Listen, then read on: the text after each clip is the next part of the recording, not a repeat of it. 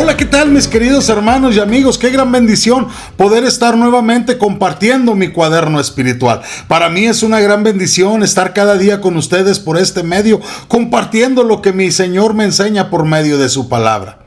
Durante este trimestre estamos hablando acerca de ser bienaventurados. Y esta semana nos estamos enfocando en la bienaventuranza que dijo el Señor, que éramos bienaventurados los mansos. En Colosenses capítulo 3, versículo 12 leemos: Vestíos pues como escogidos de Dios, santos y amados, de entrañas de misericordia, de benignidad, de humildad, de mansedumbre, de longanimidad. La epístola a los Colosenses se escribió probablemente entre los años 61 y 63 después de Cristo. En ese momento, la iglesia en Colosas estaba enfrentando la influencia de la filosofía gnóstica y la herejía que enfatizaba la importancia de tener una sabiduría secreta y una espiritualidad elitista, es decir, una espiritualidad la cual solamente unos cuantos podían alcanzar.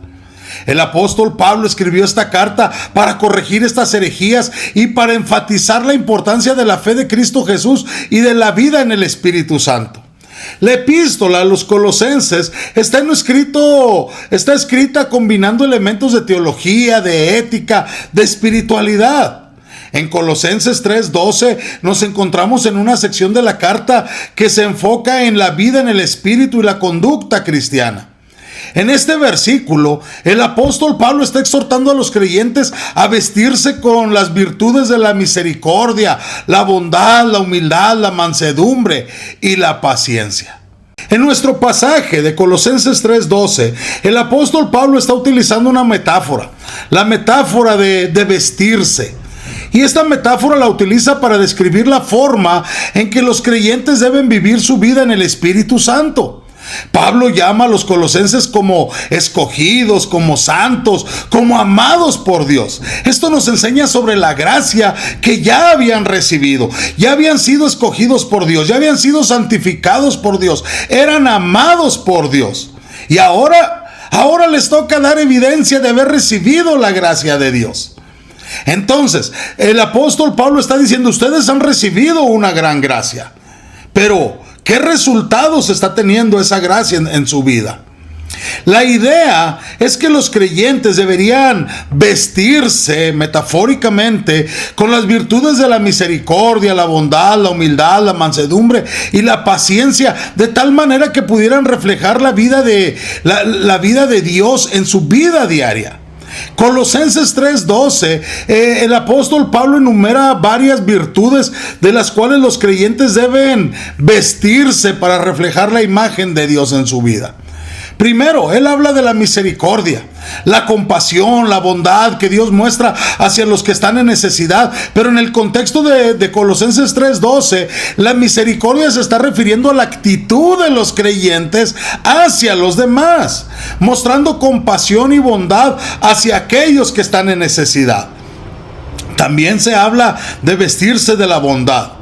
La bondad se refiere a la actitud que los creyentes debemos tener hacia los demás, mostrando amabilidad, gentileza, generosidad. La bondad es una virtud que se caracteriza por la benevolencia y la amabilidad hacia los demás. La humildad se refiere a la actitud de los creyentes hacia Dios y hacia los demás, mostrando una actitud de sumisión y de reconocimiento de la propia limitación y la debilidad. La humildad es una virtud que se va a caracterizar por la modestia y por la falta de orgullo. Y luego llegamos al tema de nuestra semana, la mansedumbre. La mansedumbre se refiere a la actitud que los creyentes debemos tener hacia los demás, mostrando una actitud de paciencia, de tolerancia, de suavidad en nuestro trato.